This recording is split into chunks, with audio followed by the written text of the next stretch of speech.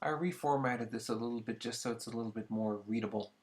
But here is my overview on Harry Stack Sullivan. Harry Stack Sullivan was born on February the 21st, 1892, in a small farming town in Norwich, New York. He was the only surviving child of poor Irish Catholic parents. Now, growing up an Irish Catholic boy with an accent in a Protestant community caused this already shy boy to live in social isolation. The first significant event that had a positive change in the trajectory of Sullivan's life happened at 8.5 years of age when he met Clarence Bellinger. Clarence was a 13-year-old boy that lived in a neighboring farm. Both boys were socially awkward, but academically intelligent. The relationship that developed would later help inform Sullivan's personality theory to be based on mainly interpersonal relationships instead of biological influence. Sullivan, like many of his peers, found that personality and all of its attributes begin their development early in life, and they have lasting effects. His theory is one that is an entangled design built on interpersonal relationships, environment, and social influences. Sullivan felt that personality is what develops from our constant struggle between needs and the barriers that keep us from fulfilling those needs, anxiety. So he called the needs and anxiety our tensions, and the needs category encapsulated everything from our primitive needs, physical, interpersonal, and the anxiety was anything that was blocking the development of healthy interpersonal relations. That included things like preventing us from learning from our mistakes, holding on to childish wishes for security, not being able to learn from our experiences.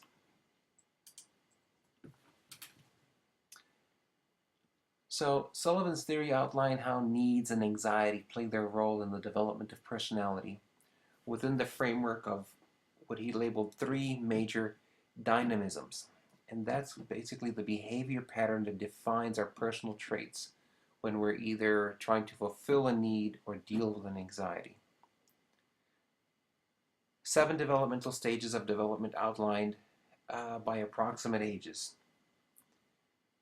He outlined 3 levels of cognition: prototaxic, parataxic, and syntaxic, and that basically identified levels at which we communicate or cognitively process things. And then he also identified 3 self-personifications: the bad, the good me, and the not me.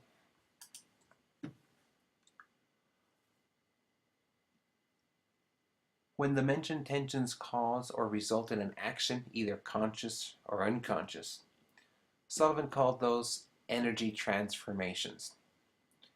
An action that is either satisfying a need or addressing, averting an anxiety.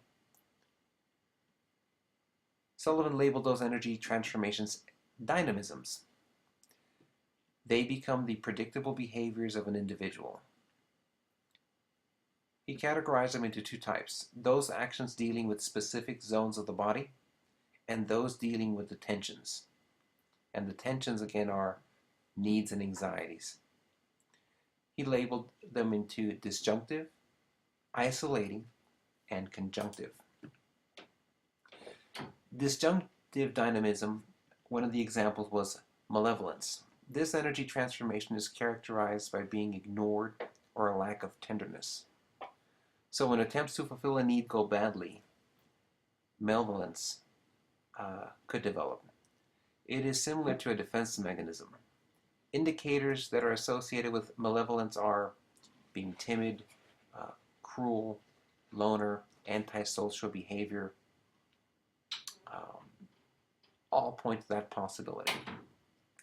Isolating dynamism is a tendency that requires no personal interaction to satisfy. Lust, for example, manifests itself as an autoerotic behavior, even when another person is the object of lust. And then he had conjunctive dynamism. That is the most complete dynamism. and he called it the self system. The self system is a collection of patterns and actions that help us avoid anxieties or fulfill needs through the interpersonal interactions in our day to day life.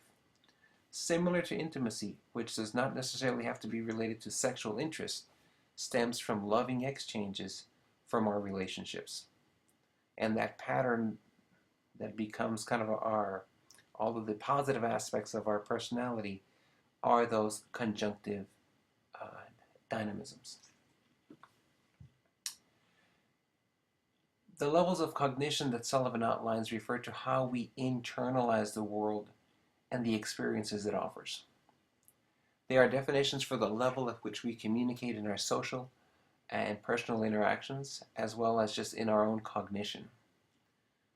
So the prototaxic are primitive, mostly unconscious, happens in dream state as well. Parataxic is when we're uh, learning how cause and effect apply to our relationships. They are conscious, but they are poorly organized and difficult to communicate, often vague or distorted. And syntaxic was defined as something that can be communicated clearly and mutually agreed on. So just as our language and ability to discern evolves as we grow from infants to adults, so does the ability to have meaningful exchanges and experiences in those upper tiers of cognition.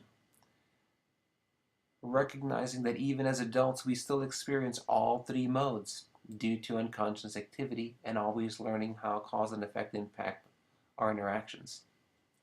As humans, we're always striving to understand and be understood, to be syntaxic.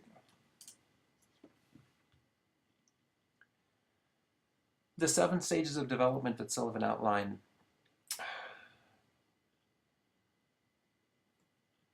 start at infancy. So in the 0 to 18 months of age, mainly still in the prototaxic cognition, infants learn tenderness from their caregiver. They also realize in a vague manner that you need others to satisfy needs. It's a cooperation between two people.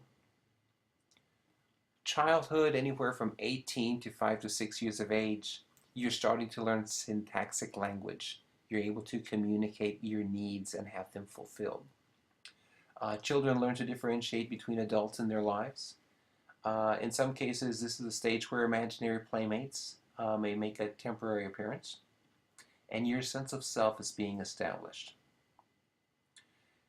As we go into the juvenile era, 5 to specifically 8.5 years of age, and the assumption there is he identifies the end of the juvenile era at 8.5 years of age because that's when he met Clarence,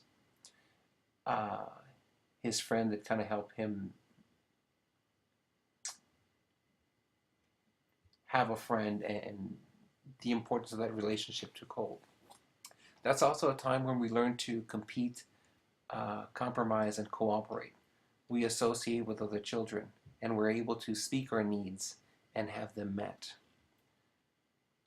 Moving along to pre-adolescence, anywhere from 8.5 to 12 years of age, that is where we start to establish one-to-one relationships and intimacy. Not sexual intimacy, because we haven't crossed into puberty yet, but intimacy in a one-on-one relationship with another person. The capacity to love is developed. And Sullivan had an interesting quote with regards to love and when it exists. And he quotes, "When the satisfaction or the security of another person becomes as significant to one as in one's own satisfaction and security, that is where you have love." As we move into early adolescence, identified 12 to 14 years of age, that's when we're starting to deal with puberty. That's where we have the need for sexual love. It's marked by genital interest, and we discover lust. That's also a time frame where there's a lot of conflict between intimacy and lust. By the time we make it into late adolescence, 14 to 21 years of age, intimacy and lust are fused. By then we should be operating mostly in syntaxic mode. And we're also learning from others how to operate to address needs. The last stage he had there was basically from adulthood, 21 years of age, and on up. At that point, we should be operating mostly in syntaxic mode. We establish one-to-one love relationship.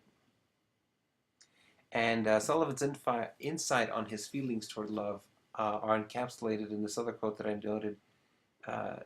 This really highly developed intimacy with another is not the principal business of life, but is perhaps the principal source of satisfaction in life. So we're going to talk about that here again in just a bit. So how should disorders be addressed? So he had that framework where he identified the different learnings that should happen. And he goes on to say, if an individual did not do well in dealing with their interpersonal relations at the various stages of development or the development of their dynamisms, a psychological disorder could develop. So according to Sullivan, all disorders could be tied to social environment and interpersonal relationships. So if psychic disorders stem from unfulfilled needs and plagued by the anxieties that are blocking those needs from being fulfilled, how do you fix them? His approach was very plain. We all suffer from generally the same challenges. We all want the same general things. Go back and nurture where the gap is. So Sullivan proved that if you provide a safe environment for an individual to express themselves on a syntaxic level, you can spur personal growth. The therapist essentially bridges the gap to get past an anxiety. The therapist does not become a proxy for the previous person in the patient's life, but they do establish a professional intimacy. It can be compared to having a professional friend that is trained in therapy. Now, sadly, Sullivan was unable to employ the insights of interpersonal relationships in his own life. But that lack, however, did enable him to analyze and understand the significance people play in our lives. At a very basic level, it is the absence of love that causes a lot of grief.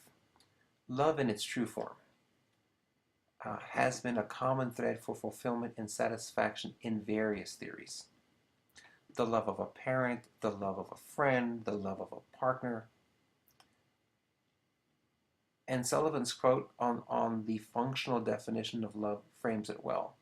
This is the one where we mention when the satisfaction or security of another person becomes as important to one as one's own, then a state of love exists.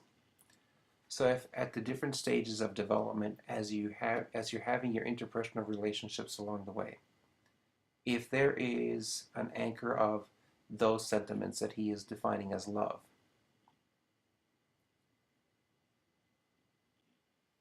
according to this theory, there should not be any psychic disorders because you've met those needs and you've dealt well with those anxieties all along the way.